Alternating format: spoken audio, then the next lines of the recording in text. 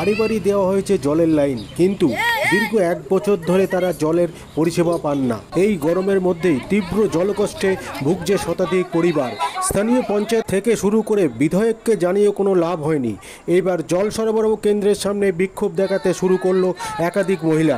তাদের দাবি, অবিলম্বে পানীয় জলের ব্যবস্থা করতে হবে, না হলে আগামী দিনে তারা বড়সড় আন্দোলনের পথে নামবে তারা। ঘটনাটি ঘটেছে নদিয়া শান্তিপুর থানার বাবলা গ্রাম পঞ্চায়েতের বাহাদুরপুর এলাকায়। জানা যায়, বেশ কয়েক বছর আগে বাহাদুরপুর এলাকায় একটি স্থানীয় জলের প্রকল্পের কাজ শুরু করা হয়। আসুন জেনে নিই আন্দোলনকারীরা কি বলছেন তাদের কাছ থেকে। সমস্যাটা কি? জলের সমস্যা। কতদিন ধরে? 1 বছরের উপরে। আপনার আন্দোলন দেখাচ্ছেন কোথায় এসে? এটা বাহাদুরপুর জলের ট্যাঙ্কি যেখানে আছে ওইখানে। কতদিন ধরে জল বন্ধ সেটা জানিয়েছেন? আমরা আগে জানিয়েছি। কাকে জানিয়েছেন? আমাদের এখানে যে মিস্ত্রিরা আসে জলের জন্য মানে ঠিক করতে, বা ওদেরকে বলা হয়েছে, বা যারা ভোট চাইতে আসে তাদেরকেও বলা হয়েছে যে আমাদের জলের সমস্যা। জগন্নাথকেও বলা হয়েছে, তারপরে বোজো কিশোরকেও বলা হয়েছে যে আমাদের জলের সমস্যা। দুজনাকেই বলা হয়েছে, এমপি এমএলএ। এখানে যে অপারেটর আছে তাকে জানিয়েছেন? হ্যাঁ, ওকে তো প্রত্যেকেই জানায়, রোজই জানানো হয়।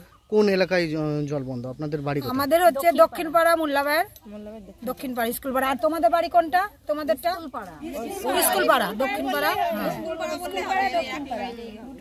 কত পরিবার বন্ধ? 100-র উপরে। 100-র উপরে? হ্যাঁ, আমার তো 65 জন সই করা আছে। আপনার নাম? সুপ্রিয়া সাহা। জল কতদিন বন্ধ? 1 বছর। কাউকে জানিয়েছেন আপনারা? হ্যাঁ, আমরা সবাইকে মানে আশেপাশে এই কলের এখানে যে অপারেটর আছে তাকে জানিয়েছি, গ্রামের পঞ্চায়েতকে জানিয়েছি, এমএলএকেও জানিয়েছি।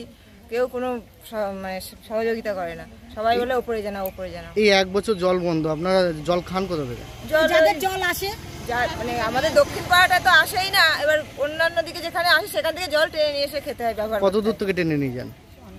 অনেকটাই, কি করে বলবো সেটা। এই যে এখানে যে অপারেটর আছে তাকে জানিয়েছেন? হ্যাঁ।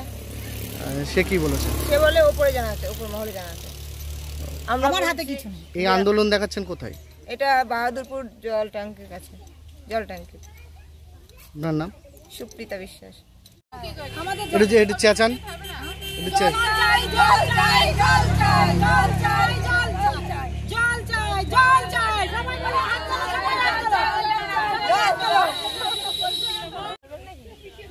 আসবে তো, ও তো খবর নিয়ে আসবে তো, বলে লিখে দেবে।